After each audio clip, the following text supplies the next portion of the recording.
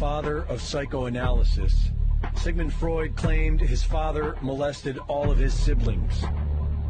Freud was a cocaine addict, as well as a pedophile advocate, who taught that children sexually lusted after their parents, and that children who reported sexual abuse by adults had either imagined or fantasized the experience.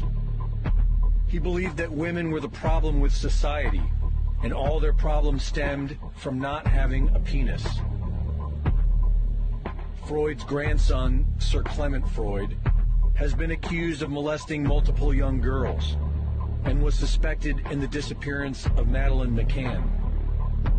Sigmund Freud's sister, Anna Freud, whom Freud claimed was regularly molested and abused by their perverted father, gave birth to Freud's nephew, Edward Bernays, the father of propaganda. Bernays took his family's work in psychology and used it to help governments and corporations manipulate the minds of the public. Hired by the American Tobacco Company, Bernays manipulated women into buying more cigarettes by convincing them that smoking was a form of feminist liberation. During this propaganda campaign, he dubbed cigarettes torches of freedom. Thanks to Bernays and his family's twisted legacy, social engineering became big business. Modern psychology was used to exploit mankind's mental weaknesses, nurture the public's lower desires, and turn people into mindless consumers. Is it any surprise, then, that the great-nephew of Edward Bernays is none other than Mark Bernays Randolph, the co-founder and original CEO of Netflix? Does anyone really think this is a coincidence? Netflix has not only replaced network television as the premier home of pop culture, it is also continuing the degenerate, depraved social engineering of the Bernays-Freud legacy. In 13 Reasons Why, Netflix was accused of romanticizing suicide during a recent increase of teenage suicides. In The Devil Next Door, they were accused of rewriting history to deceive viewers into believing that Poland was responsible for establishing Nazi death camps. In The First Temptation of Christ, Jesus Christ is depicted as a homosexual. And a Texas grand jury indicted Netflix for depicting child sex in the movie Cuties. Netflix and chill, the new preferred method for brainwashing the masses. Brought to you by one of the most depraved, degenerate families of the modern era. Turn it off and wake up. All right, so today we're going to dive into something a little different. Yeah. A video clip, you sent me. Right. And it's about Netflix. Yeah. And this idea of like social engineering. Interesting. So the video basically claims that Netflix is like carrying on this degenerate, depraved social engineering scheme. And get this, they're tracing it all the way back to Sigmund Freud and Edward Bernays. Wow. Okay. Now, we both know those names. You. We know those names, right?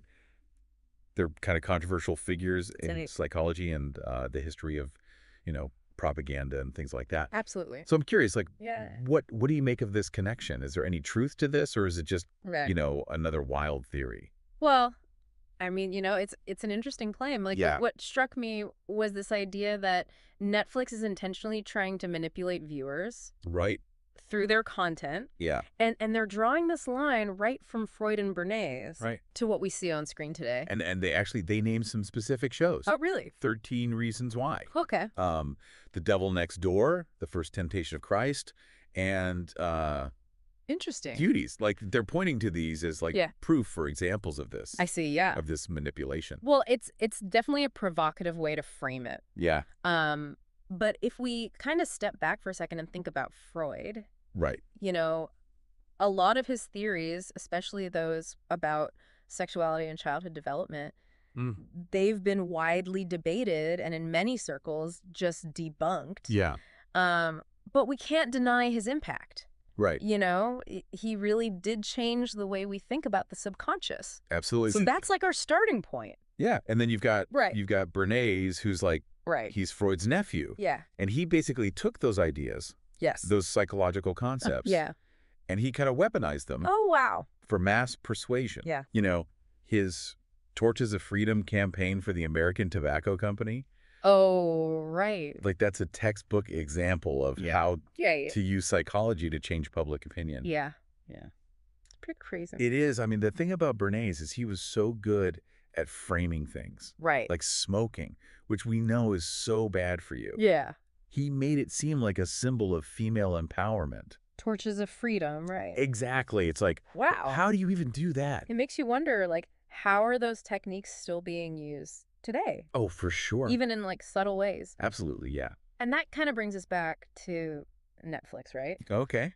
Because this video is saying it's all connected through Mark Bernay-Randolph. Who's that? He's the co-founder of Netflix. Okay. And the great-nephew of Edward Bernays. Ah, I see. So they're like... So it's a family affair. Yeah, they're trying to say, like, it's this whole family legacy of social engineering. Okay. But isn't that a bit of a stretch?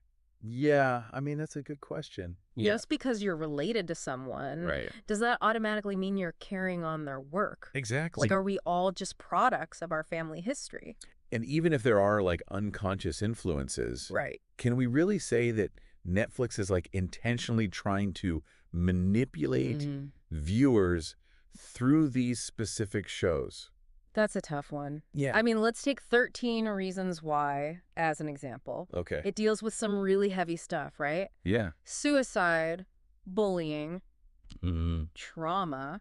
Right, and you could argue that it's kind of tapping into some Freudian concepts, Oh, interesting. like repressed trauma, guilt, you know, the complexities of those things. So you're saying, like, Yeah. instead of it being a deliberate plot to manipulate people, Right. it's more like these themes are already kind of ingrained Exactly. in our culture. In our understanding of psychology. Yeah, whether we realize it or not. Yes, exactly. And that's fascinating. It is, and that's where it gets really interesting because Even if we say, okay, this isn't some big conspiracy, it's still worth thinking about how these psychological concepts have become so ingrained in storytelling. especially in TV, right? Yeah, especially in something like television. Which is so designed to make us feel things. Exactly. It's all about tapping into our emotions. So it's almost like these concepts have become part of the writer's toolbox, I like that, yeah. whether they realize it or not. Right. They might not even be thinking about Freud or Bernays. Yeah.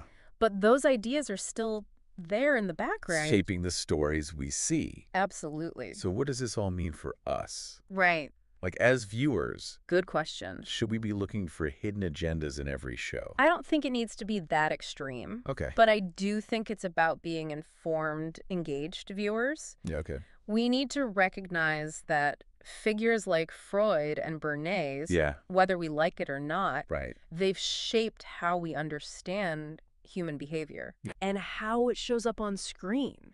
Even in stuff that seems totally harmless. Exactly, even in entertainment. Wow, this deep dive has really got me thinking differently about things. I'm glad. It's not about seeing conspiracies everywhere, Right. but about understanding the bigger picture Yeah. and how ideas, even controversial ones, can really shape our culture. Absolute. And that's what makes this so interesting. I agree. It's about peeling back the layers and seeing those echoes of history Yes. in our modern world. So true. So yeah, next time you're watching Netflix, Uh-huh. think about those unseen forces that might be at play, It's mind-blowing. shaping the stories we see. It really is. It might just change how you view the whole experience. For sure. Thanks for joining us on this thought-provoking journey. Absolutely. It was a good one. It was a good one. Thanks for having me. Thanks. Yeah. All right, we'll see you next time. See you later. Bye.